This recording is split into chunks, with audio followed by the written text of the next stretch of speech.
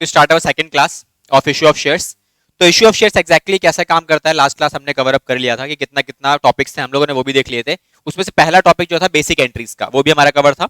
अब second class में हम लोग क्या करने वाले हैं जो कि इंपॉर्टेंट पार्ट है प्रोराटा के क्वेश्चंस का भी। जब हम प्रोराटा के क्वेश्चंस करेंगे तो वहां पे इसका भी रोल देखने को आपको मिलेगा। तो ये होता क्या है एग्जैक्टली देखो, कंपनी क्या करती है, कंपनी जब मार्केट में शेयर्स को इश्यू करती है तो उसके बाद क्या होता है, पब्लिक एप्लीकेशंस बेचती है। तो अगर ऐसी सिचुएशन आ जाए जहां पे आपका इशू छोटा पड़ जाए और जो एप्लीकेशंस पब्लिक की तरफ से आई है वो ज्यादा हो जाए, तो ऐसी कंडीशन को हम क्या बोलते हैं, ओवर सब्सक्रिप्शन। और ये कब होता है और कौन सी कंपनीज में होता है? तो अगर प्रैक्टिकली बात करूं तो कौन सी कंपनीज में ऐसा पॉसिबल है? परफेक्ट, जिसका गुडविल ज्यादा अच्छा हो। मार्केट में गुडविल ज्यादा अच्छा होगा तो क्या होगा, लोग बाग बिल्कुल वेट करेंगे भाई इस कंपनी का आईपीओ कब आने वाला है, इस कंपनी के शेयर्स कब आने वाले हैं मार्केट में। और जैसे ही आएंगे लोग धड़ल्ले से चले जाएंगे भाई एकदम से, मुझे भी चाहिए मुझे भी चाहिए मुझे भी चाहिए, है ना। अभी पीछे कुछ टाइम पहले ना आईपीओ का बड़ा एकदम से सैलाब सा आया था, हर कंपनी के आईपीओ आने में लगे पड़े थे। अभी भी इवन रिसेंटली भी कुछ कंपनीज के आईपीओ आए हैं। और आईपीओ जब आते हैं, अच्छी कंपनी का जब भी आईपीओ आता है तो हमेशा वो ओवर सब्सक्राइब रहता है बहुत ज्यादा टाइम्स। इवन ऐसा भी नहीं होता, यहाँ तो हम जो क्वेश्चन करेंगे 10,000 का, मान लो आपने कभी कोई शेयर इशू किया, किसी कंपनी ने 10,000 शेयर्स को इशू किया मार्केट में, लेकिन एप्लीकेशन अगर मान लो ज्यादा आ जाती है, कितनी ज्यादा आ जाती है, ज्यादा से ज्यादा 12,000 आ जाएगी, 15,000 आ जाएगी, 18,000 आ जाएगी, तो इस केस को क्या बोलते हैं। अब अगर 100 की भी एप्लीकेशन एक्स्ट्रा आती है तो वो भी ओवर सब्सक्रिप्शन का ही केस में आता है। ठीक है, अब ये ज्यादा कितना कितना भी हो सकता है, बट अभी आप सीख रहे हो एक ऐसे लेवल पे जहां बिल्कुल स्टार्टिंग है आपका बिगनर लेवल पे, तो उस टाइम पे आपको ऐसे ही क्वेश्चंस मिलेंगे जहां पे बहुत थोड़ा बहुत डिफरेंस देखने को मिलेगा। प्रैक्टिकली रियल लाइफ में अगर मैं बात करूं तो ये जो सब्सक्रिप्शन एप्लीकेशंस का जाता है ओवर सब्सक्रिप्शन, ये काफी टाइम्स जाता है, मतलब 8 times, 9 times, 10 times, 20 times, 17 times. It depends upon the goodwill of the organisation, है ना। तो इस केस में अब प्रॉब्लम कंपनी के पास क्या आती है, देखो ओवर सब्सक्रिप्शन के केस में छोटा सा एग्जांपल ले लेते हैं। हमने क्या किया, मैं गया एक समोसे वाले की दुकान पे, ठीक है, ये हमारे समोसे वाले भैया हैं, हम इन भैया के पास गए समोसे लेने के लिए। और है क्या, ये कंपनी, ये जो समोसे बनाते हैं ये भाई इतनी वर्ल्ड क्लास की जो समोसे बनाते हैं बहुत बढ़िया बनाते हैं। इनकी कंडीशन क्या है कि भाई आओ पैसे जमा कराओ, ठीक है। हम लोगों ने क्या किया, इन लोगों ने बोला भाई डेली बेसिस पे ये केवल 50 समोसा क्रिएट करते हैं, 50 समोसे बनाते हैं बस। लेकिन डिमांड बहुत ज्यादा होने की वजह से क्या होता है, डेली बेसिस पे ज्यादा की एप्लीकेशन आ जाती है। लोगों ने पैसा जमा करवा दिया, ये कहता है एक समोसा भाई साहब कितने रुपए का पड़ता है, एक समोसा पड़ता है 10 रुपए का, ठीक है। तो टोटल कितने पैसे मांगे इन लोगों ने, ये एक दिन में कितने कितने पैसे रिसीव कर सकते हैं पब्लिक से, 500, है ना। या फिर एक काम करते हैं, चलो कम, अब दुकान अच्छी है तो समोसे ज्यादा बढ़ा देते हैं, 500 समोसे बेचने के लिए खड़े हैं ये, कितना पैसा मांग रहे हैं ये पब्लिक से, 5,000। बट डिमांड जब आती है तो डिमांड आती है बहुत हैवी डिमांड। अब डिमांड ने क्या किया, काफी सारे लोगों ने पहले ही पैसा जमा करा दिया। डिमांड आई इसके पास कितनी, 600 समोसे की। क्या था भाई साहब 600 समोसे हमें चाहिए, तो ये 600 एक बंदे का नहीं है, काफी सारे लोगों का है। तो कितना पैसा मुझे एक्स्ट्रा मिला होगा, मेरे पास कितना पैसा इकट्ठा हो चुका है, 6,000 रुपए। लेकिन मैं कितने के समोसे दे सकता हूं, केवल 5,000 के। प्रॉब्लम आती है भाई साहब ये कितने की, ये 1,000 रुपए की, ये रुपीज में कॉलम है सारा का सारा, इस 1,000 रुपए का मैं क्या करूं। तो इसका हम क्या कर सकते हैं, यही हमें सीखना है। This is called axis amount received on application, excess amount received on application. तो एप्लीकेशन पे जब आपको एक्स्ट्रा अमाउंट मिल जाएगा, इसका ट्रीटमेंट हम कैसे कैसे कर सकते हैं, यही हमें देखना है। तो एक ऑप्शन देखो, इस समय भैया जी के पास क्या ऑप्शन है, पहला ऑप्शन भाई जिनका एक्स्ट्रा पैसा मिला उनको आप रिजेक्ट कर दो, कहते भैया हमारे पास माफ कीजिएगा, हमारी सारी एप्लीकेशन पूरी हो चुकी थी, आपने पैसा जमा कराया था, ये 1,000 रुपए आपने एक्स्ट्रा दिए थे। जिसने 1,000 एक्स्ट्रा दिए, 1,000 में एक नहीं होगा ना, काफी सारे होंगे, सबको क्या करेंगे, उनका पैसा रिजेक्ट मार देंगे, उनकी सारी एप्लीकेशंस को, और क्या कर देंगे, उनका पैसा रिफंड कर देंगे। रिजेक्ट एंड रिफंड, हो सकता है ऐसा, परफेक्ट, हो सकता है। अगला अगला होता है हमारे पास क्या, इसको बोलते हैं एडजस्टमेंट। हम क्या कर सकते हैं कि उनके पैसे को एडजस्ट कर सकते हैं, कहां पे, अगली स्टेज पे। ऐसा तो बनाना बंद कर देगा, बनाएगा अगली बार दोबारा बनाएगा, तो क्या देगा, अगली जो स्टेज आने वाली है जिसमें हम लोग क्या करते हैं, हमारे जब हमने क्वेश्चन किया था लास्ट क्लास फेस, तो उसने क्या हुआ, मुझे रिसीव हुआ है यहाँ पे, ये भी तो लेना बाकी है। तो हम क्या करते हैं, जिनका पैसा एडवांस आ जाता है हम उनके पैसे को आगे ट्रांसफर कर देते हैं। This is called adjustment. This is called, हाँ आगे क्या करेंगे जब आप अलॉटमेंट का पैसा, क्योंकि जिन लोगों ने पैसा दे दिया है कहीं ना कहीं उन लोगों के पास पैसा, ये वाला पैसा भी तो मांगना है उन लोगों से। ठीक है, तो जब ये पैसा मांगा जाएगा उस टाइम पे इस एक्सेस एप्लीकेशन अमाउंट को वहां पे एडजस्ट करवा देंगे कि आप अब आपको ये पैसा देना नहीं है।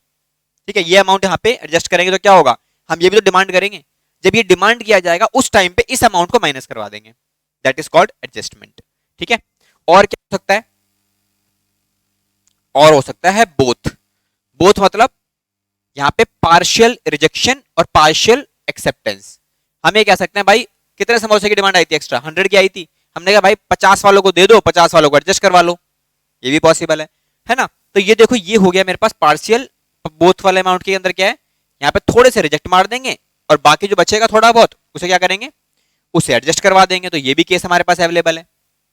ठीक है, अब इसी सारी चीजों को हम जब अकाउंटिंग प्रोसेस में देखते हैं, देखो ये तो हो गया कॉन्सेप्ट, बट ऐसा तो नहीं है कि आप ये सब चीजें करके आओगे, आपको अकाउंटिंग ट्रीटमेंट के लिए एंट्रीज चाहिए होंगी। तो एंट्रीज कैसे फ्रेम करेंगे, ठीक है, तो देखो एंट्रीज देखते हैं। चलो जी, ओवर सब्सक्रिप्शन समझ में आ गया, एग्जैक्टली करते कैसे हैं। तो ओवर सब्सक्रिप्शन में हम लोग इसको एंट्रीज में समझते हैं, आपकी एंट्रीज कैसे फ्रेम की जाएंगी। तो पहले लिख लेते हैं थोड़ा बहुत, ओवर सब्सक्रिप्शन क्या होता है। When company receive applications which are higher than issued shares। जितने शेयर्स मैंने इशू किए थे अगर उससे ज्यादा की एप्लीकेशन रिसीव हो जाती है तो हमारे पास क्या बोलते हैं उसे हम, ओवर सब्सक्रिप्शन। ये तो समझ में आता है, ठीक है। अब आ जाओ एक्सेस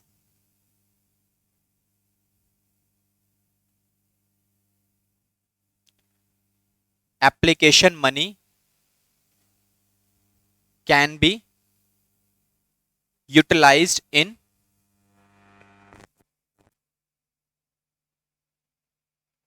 हम क्या कर सकते हैं, फॉलोइंग वेज से हम इसको यूज कर सकते हैं। जैसे पहला क्या निकल के आता है,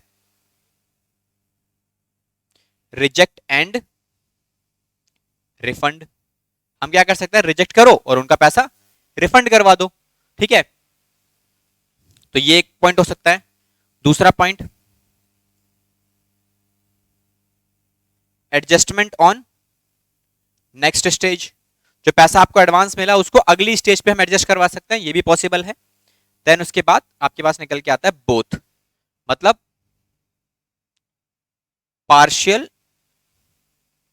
रिजेक्शन और आपका एडजस्टमेंट, कि कुछ आपने एडजस्ट करवा दिया और कुछ आपने रिजेक्ट करवा दिया, ये ऑप्शन भी अवेलेबल है ना। तो ये तो हो गया थ्योरेटिकल पार्ट, इसको लिख लो। फिर इनको एंट्रीज में हम कैसे कैसे फ्रेम करते हैं वो भी लिखते हैं।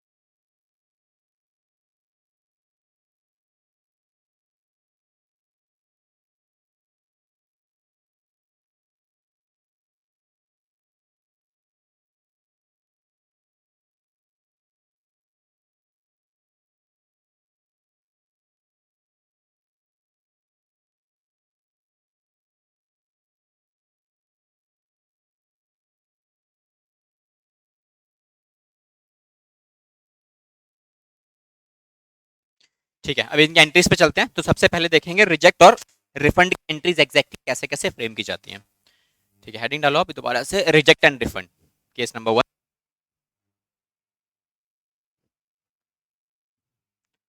तो केस नंबर 1,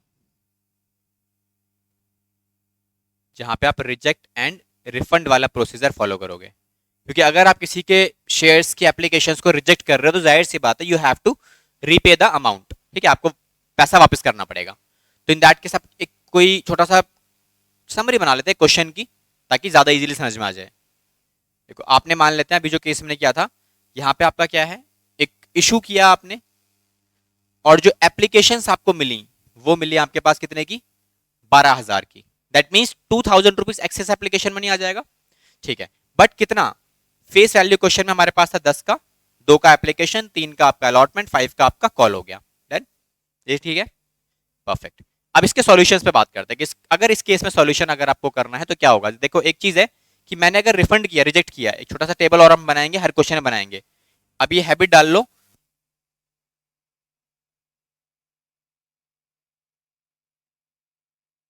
डिस्क्रिप्शन आता है तो टेबल आपको हमेशा बनाना है। देखो, इस टेबल में होगा, अब इसी क्वेश्चन में अगर मैं ये टेबल बनाता हूं तो अप्लाइड कितने हैं, 12,000। आप इनको कितने इशू कर सकते हो या फिर अलॉट कर सकते हो, 10,000, बिकॉज आपके पास पॉसिबिलिटी केवल 10,000 की है।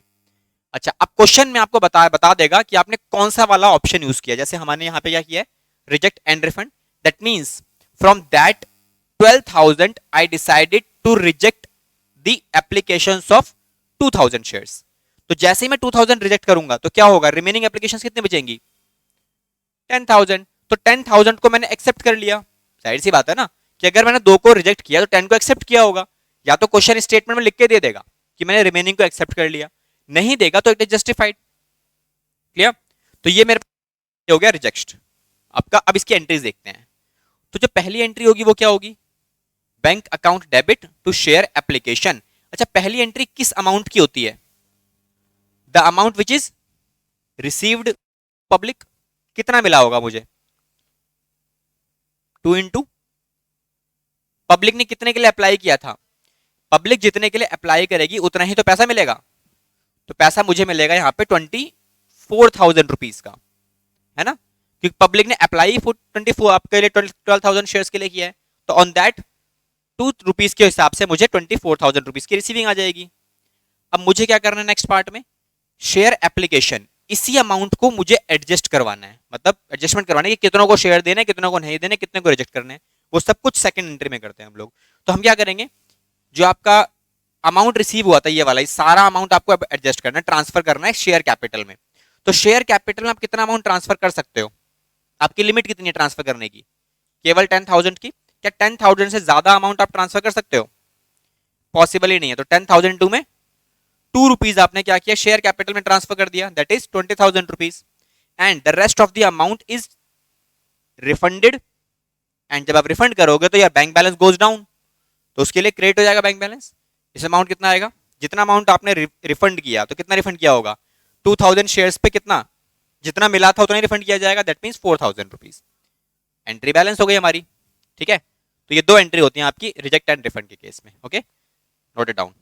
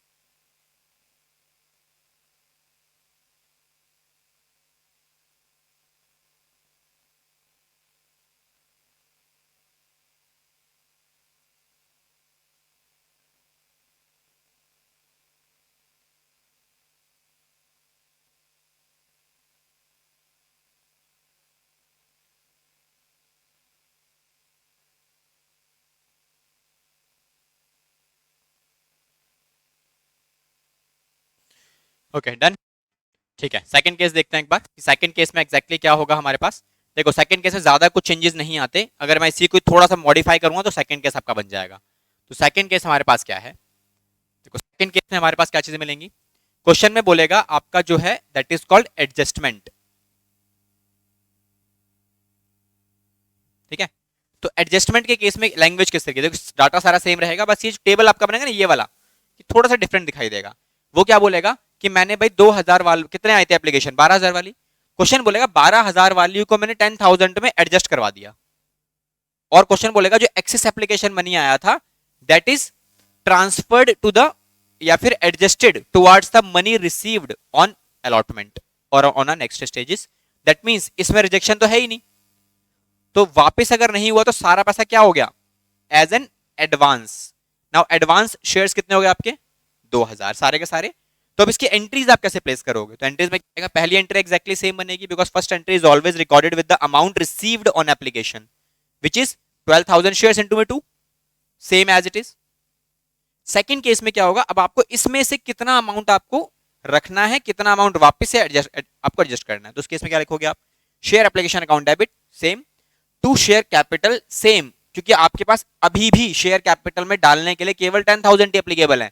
और जो 2,000 का अमाउंट है ये आपने इस बार एडवांस के नाम से रखा हुआ है, जो कि कहां जाएगा, अगली स्टेज पे। The next stage is your allotment. तो बैंक की जगह पे आपकी अगली स्टेज का नाम आ जाता है, जो कि मैक्सिमम क्वेश्चंस में अलॉटमेंट होती है। अब ये अलॉटमेंट भी हो सकता है कुछ क्वेश्चंस में, एक दो क्वेश्चंस बुक्स में गिवन है जहां पर आपकी पहली स्टेज का नाम है शेयर एप्लीकेशन एंड अलॉटमेंट। तो उस केस में यहां पे क्या लिखोगे आप, bank account debit to share application and allotment. तो सेकंड एंट्री में यहां पे क्या लिखोगे आप, शेयर फर्स्ट कॉल, क्योंकि अगली शेयर फर्स्ट कॉल ही होगी उस केस में। ठीक है, तो अभी के लिए हम क्या यूज करते हैं यहाँ पे, अलॉटमेंट, बिकॉज ये पैसा सारा अलॉटमेंट में चला गया। अच्छा इसको थोड़ा सा और आगे देखते हैं। अब थर्ड एंट्री जो आपके पास आएगी वो क्या आएगी, you will demand the allotment money from the public और शेयर होल्डर। तो उसके लिए एंट्री आपकी क्या बनती है, share allotment account debit to share capital. Now what will be the amount, as per the question allotment is of ₹3 per share. तो टोटल अमाउंट आप कितना आएगा आपका, अब कितने लोगों से आप डिमांड, 12,000 से डिमांड करोगे, 10,000 से डिमांड करोगे, एग्जैक्टली बिकॉज आपका जो भी एडवांस वगैरह था वो सब यहाँ एडजस्ट हो चुका है। Now you know that market has 10,000 shares, और उसके ऊपर आप ₹3 की डिमांड करोगे, तो 30,000 रुपीज का आपने क्या किया, अलॉटमेंट ड्यू कर दिया। अलॉटमेंट ड्यू के बाद क्या होगा, आपको पैसा रिसीव होगा। तो when you will receive the allotment money at that time, that amount will be shorted by the advance money. That means आपको 30,000 मांगे थे आपने, बट इसमें एडजस्टमेंट करनी है कितने अमाउंट की, क्योंकि ये अमाउंट आपका ऑलरेडी रिसीव्ड है, आपको एडजस्ट करना पड़ेगा। तो 4,000 रुपीज आपका यहाँ पे कम रिसीव होगा। That means you will going to receive 26,000 rupees from the share holders, that's all. ठीक है, इसका इंपैक्ट यहां तक आएगा बस। ठीक है, बाकी देखते हैं, पहले नोट करो फिर थर्ड केस देखते हैं।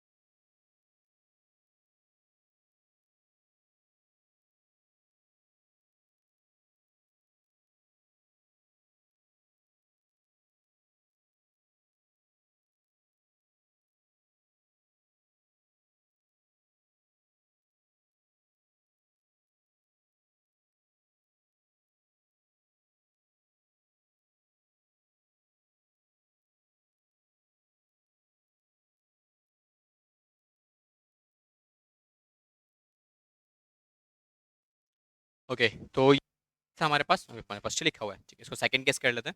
ये सेकंड केस है। अभी जो हम करने वाले हैं वो है हमारे पास थर्ड केस। ठीक है, तो थर्ड केस में क्या है, यहाँ पे आपको एडजस्टमेंट भी देखने को मिलेगी और आपको यहाँ पे रिजेक्शन भी देखने को मिलेगा कि हम कुछ रिजेक्ट मारेंगे और कुछ आपका एडजस्टमेंट में चला जाएगा। बट इन्फॉर्मेशन कौन देगा, अगेन क्वेश्चन। ठीक है, तो क्वेश्चन मेंशन करके देगा। अब अगेन यहाँ पे देखते हैं, इस वाले चार्ट में ही आपको सब कुछ करना है। 12,000 की एप्लीकेशन आई, but you are able to issue only या फिर अलॉट ओनली 10,000 शेयर्स, है ना। अब क्वेश्चन आपको बताएगा कि भाई आपने इसमें से कितने रिजेक्ट किए। लेट सपोज मैं एग्जांपल ले लेता हूं कि भाई 500 शेयर्स के लिए क्वेश्चन बोलता है कि हमने इनको रिजेक्ट कर दिया, तो स्ट्रेट फॉरवर्ड से नो टू 500 एप्लीकेशंस। अब क्वेश्चन बोलेगा आगे कि रिमेनिंग एप्लीकेशंस को मैंने एक्सेप्ट कर लिया और अलॉट कर दिया 10,000, या फिर वो बोलेगा मैंने कुछ किया ही नहीं, कि बाकी अमाउंट को मैंने आपका 10,000 शेयर दे दिए, तो कितने बचेंगे बाकी। 12 में से 15 500 गए, दैट मीन्स कितने बचे 11,500। मैंने कितने शेयर्स दिए 10,000, तो इसका मतलब एडवांस यहां से निकलेगा इस बार कितने शेयर्स का 1,500 शेयर्स का। ये क्या हो गया मेरे पास एडवांस, दैट मीन्स इसे हम एडजस्ट करना पड़ेगा। ठीक है, तो दैट्स अ सिंगल क्वेश्चन जहां पे आपके पास क्या है, सिंगल केस जहां पे आपके पास क्या मिलेगा, एडवांस भी है और रिजेक्शन भी है। अगेन एंट्रीज पे आते हैं। पहली एंट्री क्या रहेगी, सेम। दूसरी एंट्री जब आप रिकॉर्ड करोगे यहां पर आपको इस बार दोनों को ही रिकॉर्ड करना है। तो सेकेंड एंट्री रिकॉर्ड करते टाइम आपको थोड़ा सा इस बार क्या है, रिजेक्शन भी है और रिफंड भी है। तो यहां पे आप क्या लिखोगे, टू रिजेक्शन के लिए बैंक अकाउंट यूज करोगे, and for the refund you will use a allotment, because वो एडवांस आपका जो मिला था वो अगली स्टेज पे ट्रांसफर किया जाएगा। तो इसमें कितना अमाउंट आएगा, देखो रिजेक्ट कितना किया आपने 500, तो यहां डालोगे आप 500 शेयर्स, और रिफंड एडवांस कितना है 1,500 शेयर्स का।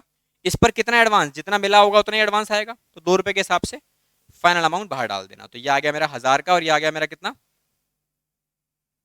3,000 का। डन, ठीक है। अब आ जाओ थर्ड एंट्री पे। तो थर्ड एंट्री क्या होगी, शेयर्स वाली। तो shares allotment we will demand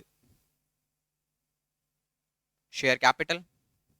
तो यहाँ पे जो अमाउंट आएगा वो कितना रिसीव करोगे, आप कितना ड्यू करोगे बेसिकली 10,000 के हिसाब से ₹3। दैट मीन 30,000 रुपीज की आपने डिमांड रेस की। तो जब रेस करने के बाद आपको पैसा रिसीव होगा तो कितना रिसीव होगा, बताइए भाई।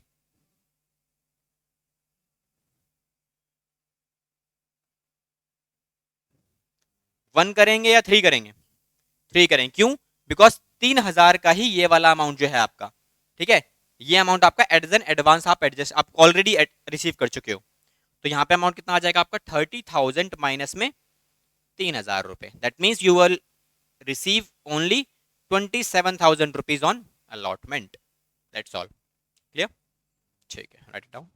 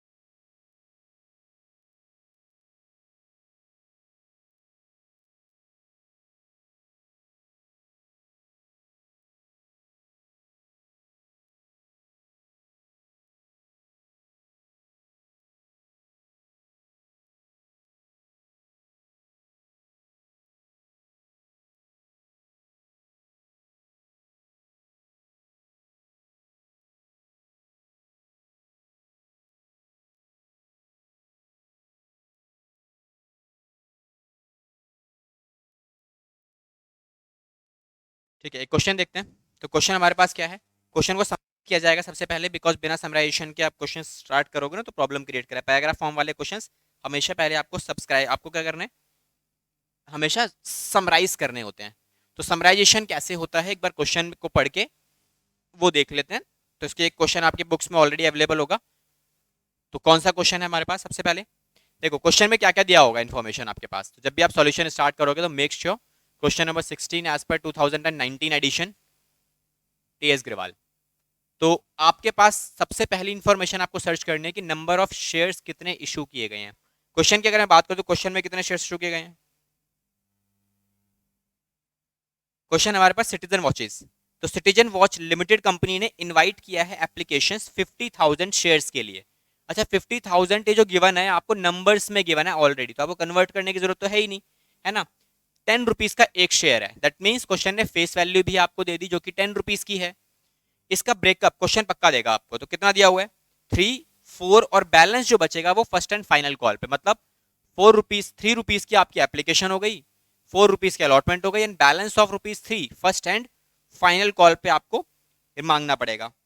देन एप्लीकेशन के बारे में क्वेश्चन ने बताया कि मुझे जो एप्लीकेशन रिसीव हुई हैं वो कितनी हुई हैं, 60,000 शेयर्स की। नाउ अब पता लग गया मुझे ये केस किसका है, ओवर सब्सक्रिप्शन का है।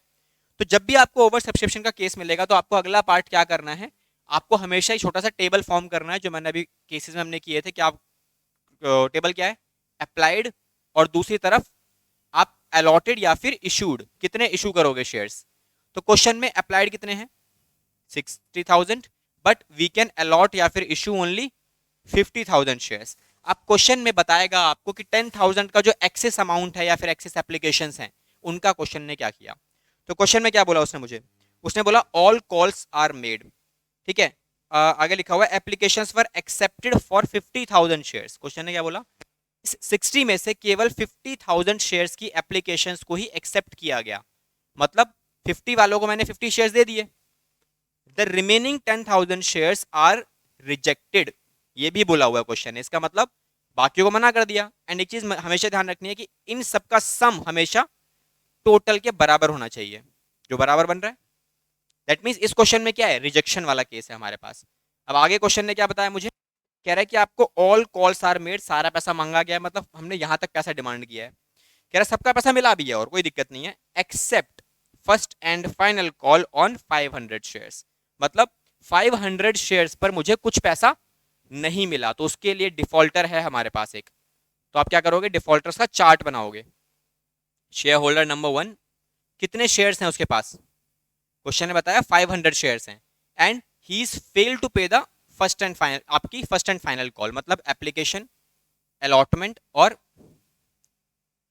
फर्स्ट एंड फाइनल, मतलब इसने ये दे दिया, ये दे दिया, ये नहीं दिया। तो मेरा पूरा क्वेश्चन समराइज हो चुका है। Now I am not able to see that, मतलब क्वेश्चन मुझे देखने की जरूरत नहीं है अभी, है ना। तो देख लेते हैं, एंट्रीज करते हैं सीधा। तो आप एंट्रीज फ्रेम करोगे, एंट्रीज में सबसे पहली एंट्री, फिर उसके बाद आपकी सेकेंड एंट्री बनेगी, फिर फोर्थ, थर्ड, फिर फोर्थ, उसके लिए डाटा बना लेते हैं। तो फॉर्मेट हमारे पास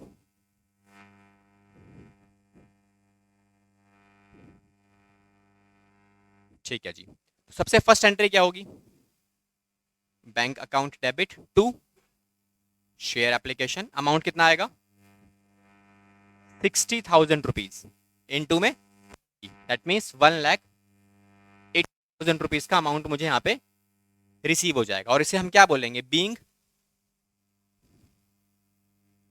application money received. Clear, first entry हो गई।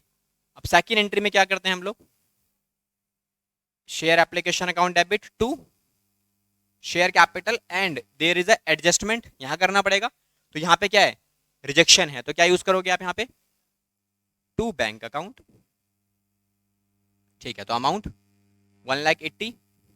अब इसमें कितना ट्रांसफर होगा कैपिटल में, जितना हम क्रिएट कर सकते हैं, हम कितना क्रिएट कर सकते हैं, ओनली 50, तो 50 इंटू में 3 दैट इज 150, तो बैलेंस कितना बचेगा 30 का रिजेक्शन में आ गया हमारा, है ना। तो यहाँ क्या लिखोगे, बीइंग एप्लीकेशन मनी एडजस्टेड, जो भी हमारा आपका अमाउंट था वो हमने एडजस्ट करवा दिया, ठीक है। अगली एंट्री पे। अब आपका स्टेज जो है वो है अलॉटमेंट का। तो share allotment account debit to share capital. तो इसमें अमाउंट आप कितना मांगोगे? अब ये ड्यू की एंट्री है, आपने पैसा डिमांड करना है, तो कितना डिमांड करोगे? हाँ, अब हमारा सारा क्वेश्चन चलेगा 50 के अकॉर्डिंगली।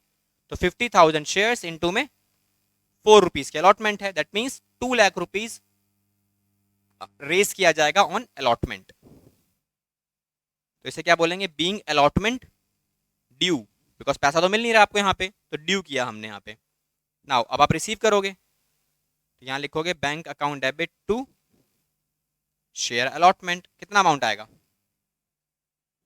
पूरा अमाउंट, बिकॉज कोई एडजस्टमेंट नहीं था इसमें, रिजेक्शन था, तो जितना मांगा उतना सारा मिल जाएगा। And there is no defaulter on allotment. अगर यहाँ भी देखें हम लोग, ये भी पूरा मिला, ये भी पूरा मिला, है ना? क्योंकि डिफॉल्टर कहाँ पे है? फर्स्ट एंड फाइनल कॉल पे, तो वहां पे आपका डिफॉल्ट हो जाएगा। तो एंट्री क्या लिखा नरेशन में? क्या आएगा? Being allotment money received. Next में अब क्या आएगा? Share first and final call account debit to share capital. Now you are going to raise the money on first and final call, तो उसके लिए क्या लिखो narration? Being first and final call due. ये आपने ड्यू करना है, कितना ड्यू होगा? 3 रुपीज के अकॉर्डिंग, और 50,000 इंटू में 3 मतलब 1,50,000 रुपीज। ये आपने क्या किया? ड्यू कर दिया। अच्छा, इसके बाद क्या होगा नेक्स्ट? रिसीविंग। तो 6 एंट्री में यहाँ प्लेस कर रहा हूँ। रिसीव करेंगे तो एंट्री क्या, अमाउंट क्या आएगा? Share first and final call. अच्छा, कितना अमाउंट रिसीव होगा यहाँ पे? 150 आपने डिमांड किया था, बट ये डिफॉल्टर है एक अपने पास, इसके पास कितने शेयर्स हैं? 500। तो 500 शेयर्स पे 3 रुपये आपको पे नहीं करेगा, है ना? तो रेस्ट अमाउंट तो मिलेगा ना आपको। तो कितना नहीं मिलेगा? दैट मीन्स 1500 नहीं मिलेगा। तो टोटल अमाउंट जो रिसीव होगा वो कितना होगा? 148,500 का, दैट इज रिसीव्ड अमाउंट। और इसमें निरेशन में क्या लिखोगे आप? Being share first and final call received. Done, that's the complete solution of this question. ठीक है, आज के लिए इतना काफी है, बाकी नेक्स्ट क्लास से स्टार्ट करेंगे। Note it down.